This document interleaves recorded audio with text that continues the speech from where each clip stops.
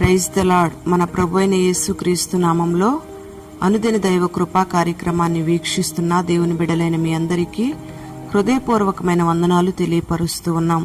నిశ్చయంగా ఆయన ఉన్నతమైన కృప ఈ దినమంతా మీకు తోడయుండి మిమ్మల్ని బలపరిచి నడిపించును గాక.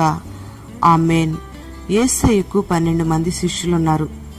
ఆ 12 మంది శిష్యులను కూడా యేసయ్య ఒకే రీతిగా ప్రేమించాడు.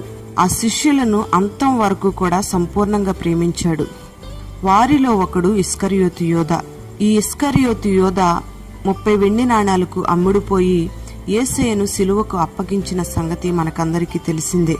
యేసయ్యను అప్పగించిన ఈ యోధాని కూడా యేసయ్య అంతం వరకు ప్రేమించాడు.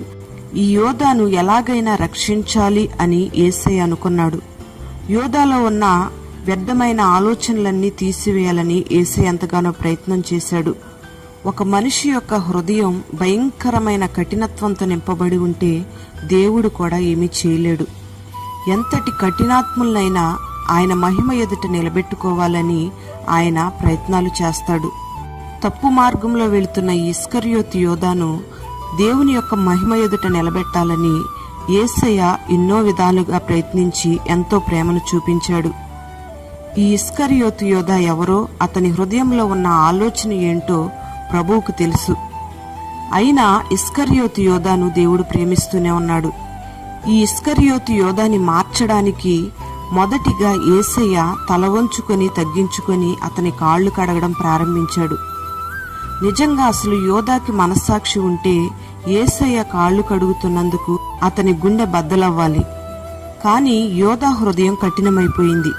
ఎంతటి పాపికైనా యేసయ్య క్షమించడానికి అవకాశం ఇవ్వకుండా ఉండడు.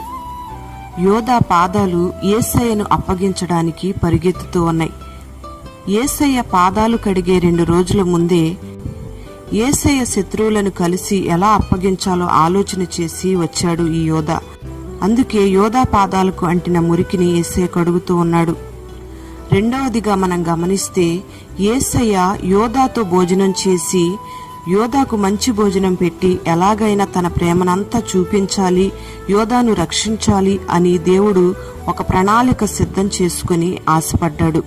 యేసయ్య యొక్క శరీరాన్ని తిని సరిచేసుకుంటాడేమో అనుకున్నాడు యేసయ్య. కానీ యేసయ్య యొక్క ఆహ్వానాన్ని అంగీకరించి ఆ విందులో కూర్చున్నాడు గాని తన హృదయాన్ని మాత్రం మార్చుకోలేదు. యేసయ్యను యోధా హృదయంలో ఒక బానిసలాగా చూస్తూ ఉన్నాడు. యేసయ్య అంత ప్రేమ చూపించినప్పటికీ కూడా యోధా హృదయం ఏమాత్రం మార్చబడలేదు. మూడవదిగా మనం గమనిస్తే యేసయ్య ఆత్మలో కలవరపడి బాధపడుతూ ఉన్నాడు. యేసయ్య గుండె నిండా దుఃఖం, బాధ నిండి ఉంది. యేసయ్య పడుతున్న దుఃఖాన్ని చూసైనా కనీసం యోధా మనస్సు మారలేదు. యోధా మనస్సు బహుగా కఠినమైపోయింది. యేసయ్య పడుతున్న దుఃఖం యోధాని కదిలించలేకపోయింది. నాలుగవదిగా మనం గమనిస్తే యేసయ్య ఎవరికీ తెలియకుండా యోధాతో మాట్లాడాడు. యేసయ్య యోధాను రహస్యంగా రక్షించాలి అనుకున్నాడు. యోధా మాత్రం యేసయ్యను రహస్యంగా అమ్మాలి అనుకున్నాడు. యేసయ్య దగ్గర పెద్ద గొప్ప సమూహమేమి లేదు, కానీ ఉన్నది ఆ 12 మందే.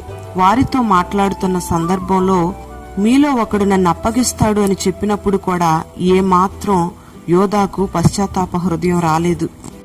అందుకే యేసయ్య మరొక ఆలోచన చేసి యోధాను రక్షించాలని కోరుకున్నాడు. యేసయ్య అన్నాడు, నేను ఈ ముక్క ముంచి ఎవరికి ఇస్తానో అతడే నన్ను అప్పగిస్తాడు అని చెప్పి ఆ ముక్కను ముంచి యోధా చేతిలో పెట్టాడు. కాని అప్పుడైనా యోధాకు పశ్చాత్తాప హృదయం రాలేదు. ఆ క్షణంలోనైనా యోధా క్షమించమని యేసయ్యను ఒక్క మాట అడిగినా యేసయ్య క్షమించేవాడు. ఈ విధంగా యేసయ్య యోధాను కాళ్లు కడగడం ద్వారా, ప్రేమ విందు చేసి భోజనం పెట్టడం ద్వారా, ఆత్మలో కలవరపడి యోధా ఎదుట తన దుఃఖాన్ని వెళ్లబుచ్చడం ద్వారా, యోధాతో రహస్యంగా మాట్లాడడం ద్వారా, యేసయ్య ఇచ్చిన రొట్టె ముక్కను ముంచి చేతిలో పెట్టడం ద్వారా ఇలా యోధాను నరకంలోకి వెళ్లకుండా రక్షించాలని యేసయ్య అనేక ప్రయత్నాలు చేశాడు. యేసయ్య ఎన్ని ప్రయత్నాలు చేసినా యోధా మనస్సు మాత్రం కఠినమైపోయింది. ఈ ఇస్కరియోతు యోధా దేవుడు ఎన్నిసార్లు చెప్పడానికి ప్రయత్నించినా యేసయ్య మాటను వినలేదు. చివరకు యేసయ్య సిలువలో పడుతున్న శ్రమను చూసి నేను నిరపరాధిని సిలువకు అప్పగించాను అని కన్నీరు పెట్టుకొని ఏడ్చాడు. కాని ఆ సమయంలో యేసయ్య దగ్గరకు వచ్చి తన పాపాన్ని ఒప్పుకొని కన్నీరు కారిస్తే ప్రయోజనం ఉండేది. ఇస్కరియోతు యోధ రావలసిన యేసయ్య పాదాల యొద్దకు రాలేదు గనుక రక్షణ పొందలేకపోయాడు. చివరకు ఈ యోధ యేసయ్య కంటే ముందుగానే చనిపోయాడు. పాప క్షమాపణ లేకుండా నరకానికి వెళ్లిపోయాడు. ప్రియ దేవుని బిడ్డలారా, ఈ యోధాను గురించి మనం గమనిస్తే యోధ యేసయ్యతో తిరిగాడు, యేసయ్య చేసిన అద్భుతాలను చూశాడు, యేసయ్యతోనే సంచరించాడు, యేసయ్యతోనే జీవించాడు. కానీ సాతాను ప్రేరేపణకు లోనై ధనానికి ఆశపడి యేసయ్యను అప్పగించడానికి సిద్ధపడ్డాడు. మరి ఈ దినాన అనేక మంది డబ్బు కోసం, పదవుల కోసం, ఘనతల కోసం యేసయ్యను అమ్మివేసే వాళ్ళు ఎంతో మంది ఉన్నారు. యేసయ్యతో సంచరించినట్టుగా, యేసయ్యతో కలిసి నడిచినట్టుగా కనబడుతూ ఉన్న యేసయ్యను సిలువకు అప్పగించే పరిస్థితులు వాళ్ళ జీవితాల్లో ఎన్నో కనబడుతూ ఉన్నాయి. ఆయన ఎంతటి పాపినైనా క్షమించడానికి సమర్థుడు. నీ పడిపోయిన స్థితిలోంచి నిన్ను లేవనెత్తాలని నా దేవుడు నీకు ఇంకా అవకాశం ఇస్తూ ఉన్నాడు.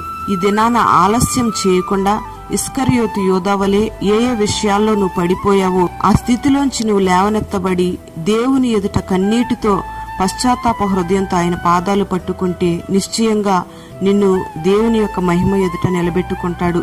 మరణపు అనుభవాల్లోంచి, నరకము నుంచి నా దేవుడు నిన్ను తప్పిస్తాడు. మరి అలాంటి పశ్చాత్తాప హృదయాన్ని నా దేవుడు నీకు అనుగ్రహించి నరకము నుంచి నిన్ను తప్పించి దేవుని యొక్క మహిమ ఎదుట నిన్ను నిలబెట్టునుగాక. ఆమేన్. ప్రార్థన. పరిశుద్ధుడా, ప్రేమాస్వరూపి, నీకు స్తోత్రం చెల్లిస్తూ ఉన్నాం. నీ శిష్యుడైన ఇస్కరియోతు యోధాను నరకము నుంచి తప్పించాలని, పాపం నుంచి తప్పించాలని ఎన్నో విధాలుగా మీరు ప్రయత్నాలు చేశారు. మార్పు ఏమాత్రం రాకుండా మనస్సు కఠినం చేసుకొని నరకానికి వెళ్లిపోయినట్లుగా మీరు మాతో మాట్లాడుతూ వచ్చారు. ఈ దినాన ఈ మాటలు విన్న నీ బిడ్డలందరినీ మీరు పేరు పేరున దీవించండి. ప్రభువా, నీ బిడ్డలు ఏ స్థితిలో పడిపోయారో, మనసులు కఠినం చేసుకొని ఎలాంటి భయంకరమైన జీవితంతో జీవిస్తూ ఉన్నా వారిని ఆ పాపపు ఊబిలోంచి, పడిపోయిన స్థితిలోంచి మీరు లేవనెత్తి నీ బిడ్డలను నీ మహిమ ఎదుట నిలబెట్టుకొనమని ప్రార్థన చేస్తూ ఉన్నాం. బిడ్డల్లో పశ్చాత్తాప హృదయాన్ని మీరు కలుగు చేయండి. కన్నీటితో నీ పాదాల చెంతకు వచ్చి ప్రార్థించే మనస్సును నీ బిడ్డలకు మీరు దయచేసి ఈ దినమంతా కూడా నీ బిడ్డలకు నీ సన్నిధిని తోడుగా ఉంచండి. సకల ఆశీర్వాదాలను మీరు కలుగు చేయండి. చేస్తున్న ఉద్యోగాలు, వ్యాపారాలు దీవెనకరంగా జరిగించి నీ కృపను, నీ సన్నిధిని బిడ్డలకు తోడుగా ఉంచమని యేసు నామములో ప్రార్థిస్తూ ఉన్నాము తండ్రి. ఆమేన్.